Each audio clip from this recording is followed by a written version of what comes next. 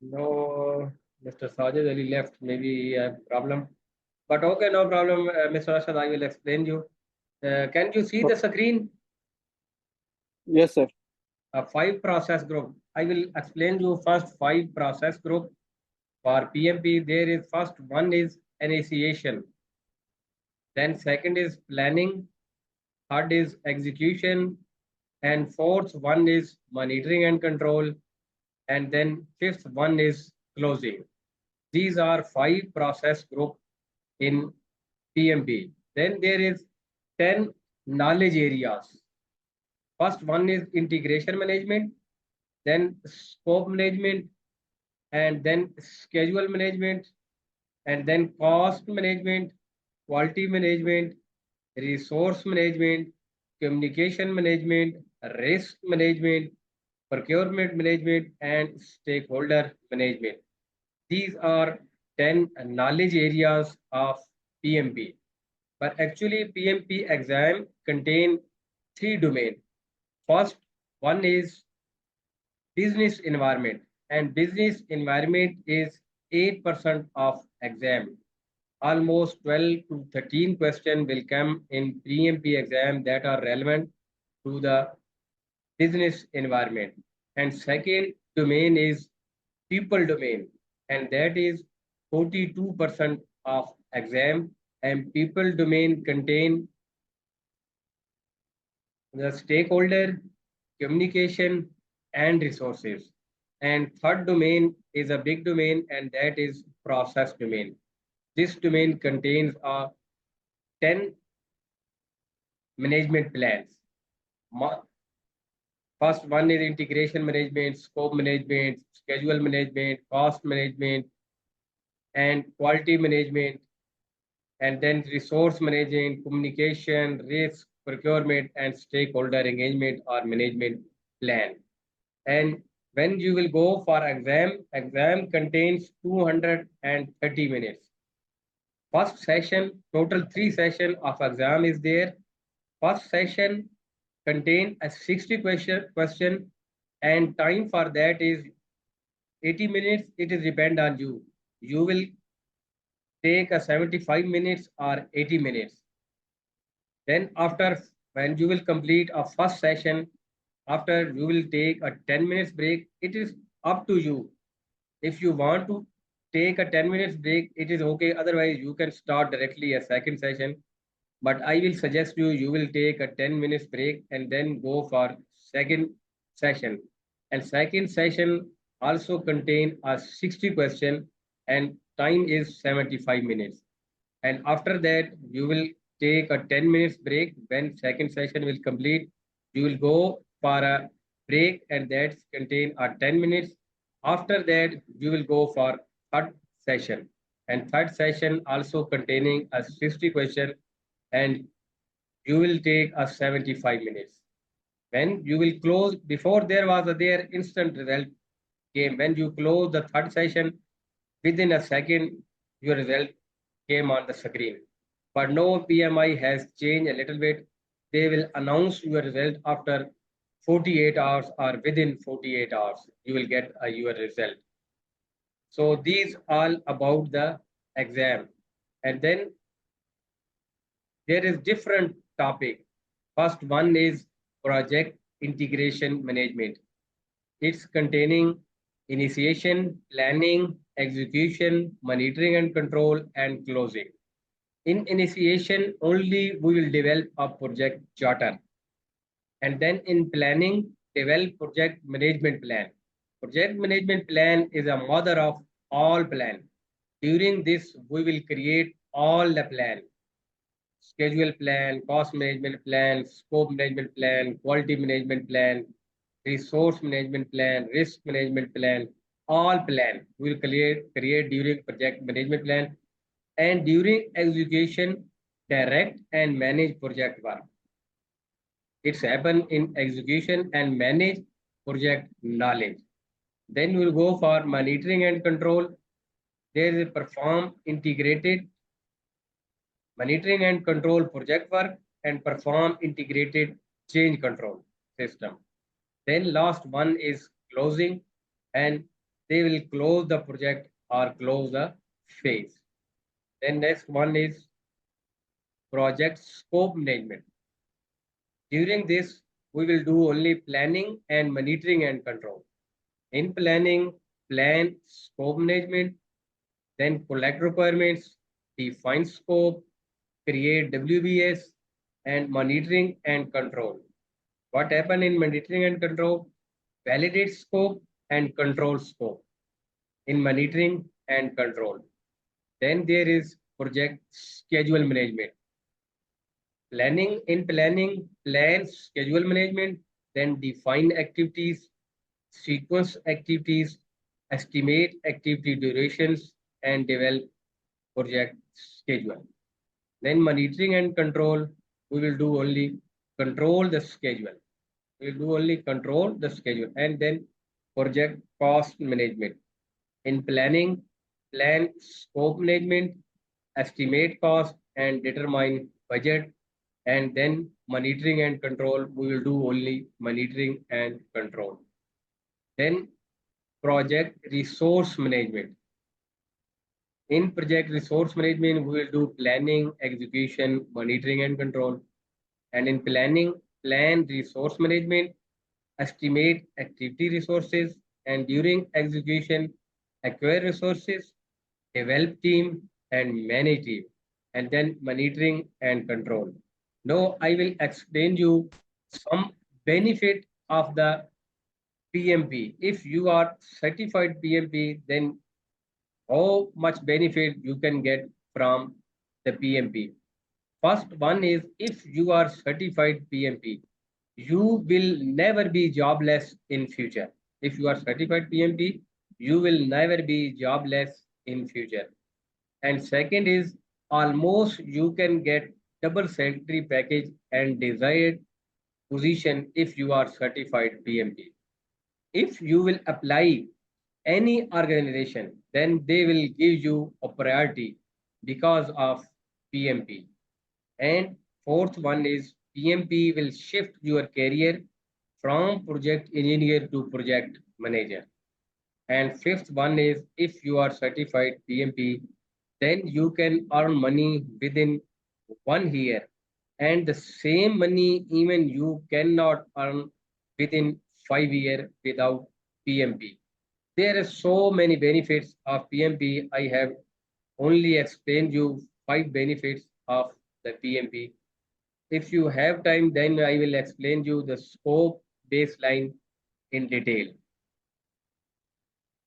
Okay, Mr. Arshad and Mr. Sajid. How are you, Mr. Sajid? Yes, fine. Fine. What was the I'm problem hearing there? you. My Bluetooth problem there was. Because of that, you cannot unmute yourself. Yes. This was the problem. Okay. Now, if you are ready, I will explain you the scope baseline. How to create a scope baseline. First, our modules for PMP is scope baseline, then schedule baseline, and then the cost baseline, then quality, then resource, then risk, then the stakeholder engagement, then procurement, like that. There is 10 management plan. Project management plan is a mother of all the plan. Inside a project management plan, there is 10 plan inside of the project management plan. First, I will explain you the scope baseline. How to create a scope baseline. First, little bit wait, I will explain. Scope baseline. Actually, scope baseline start from when business need exists. In result of that, we will get two documents, business case and benefit management plan. What is business case? A business case provides a justification for understanding a project, program, or portfolio. It evaluates the benefit, cost, and risk of alternative option and provides a rationale for the preferred solution. And second, business document is a benefit management plan.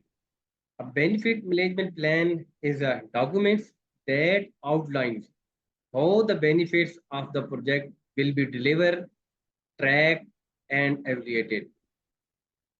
It helps to align the project objective with the strategic goal of the organization and to ensure that the project deliver value to the stakeholder. This is the benefit management plan. And in result of that, we will get a project charter. In help of the business documents, we will create a project charter. A project charter is a short document used in project planning to outline the key aims and benefit of the projects. It is an ad Gallant's guide. It is an ad Gallant's guide to why a project is taking place. It is used both as a marketing tool, useful to get buy-in from stakeholder, and reference point to keep the project on track. And reference point to keep the project on track. And when we will collect all the requirements, we will use different tools and technique to collect all the requirements. First one, we will use a brainstorming. When we have a storm in our brain, then we get an idea. Brainstorming is a idea generation technique. Second, we will use to collect the requirements tool is a interview. We will get interview from different people to get the confidential information out of people. Then expert judgment. We will go to the expert and get the requirements very fast. And then focus group, then meeting, then checklist, then alternate analysis, and then questionnaire, and then benchmarking, then prototype, and then mind map we will use to collect all the requirements. There are different tool and technique we will use to collect all the requirements. And then affinity diagram, decision making, and then we will do voting. There is different technique we will use during voting to collect all the requirement. Unanimity or unanimous decision, majority, polarity, autocratic or dictatorship, and then nominal group technique. When we collect all the requirements, then we will put a scope filter here. We will put a scope filter here to separate the requirements, to separate the product requirement and project requirement. Mostly we will put, I will explain you with the help of whiteboard, then you can understand very easily.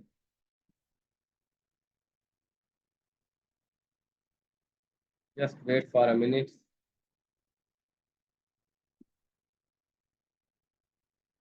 Yes. We will collect all the requirement and put here. Solution requirement, transition requirement, and stakeholder requirements, market requirement, functional requirement, and non-functional requirement. We'll get requirement documentation and requirement traceability matrix. Requirement documentation will tell us we will put all the requirement. Requirement documentation will put all the requirement, stakeholder requirement, market requirement, functional requirement, non-functional requirement, transition requirement, all the and requirement traceability metric will tell us who is the owner of the requirement and what is the status of the requirement, and requirement traceability metric will tell us the linkage of the requirement from start of the project until end of the project. Then you get requirement management plan and scope management plan. And we collect all the requirement, and after that we will put a scope filter air. So filter air, I will call most of a Moscow, must have, should have, could have, would likely to have. We will put a scope filter here, and then in result of that, we will get project scope statement. Project scope statement. This is the document. It should contain a detail of the scope. Detail of the scope. In project charter, we have only one line that are relevant to the scope. That are relevant to the scope. Only one line there in the project charter. For example, we are going to make a house of 400 square feet. But in project scope statement, it will tell us the detail of the scope. We are going to make a house. It's contain 4 bedroom, 3 washroom, one kitchen, one terrace, one TV lounge. It will tell us the type of the sanitary. It will tell us the color of the tiles. So each and everything should be mentioned in the project scope statement. And then we'll create a WBS, work breakdown structure. Work breakdown structure. We will decompose the deliverable in smaller parts. For example, we are going to make a powerhouse. Powerhouse. It's contain turbine, penstock, and gates. We will divide in a further radial gates, then stop log, then slide gate, then intake gates like that. And this is radial gates will contain a fit up, dimensional check. Then we'll do a VT, then PT, then MT, and then UT like that. This is our work breakdown structure. Work breakdown structure. This will contain one.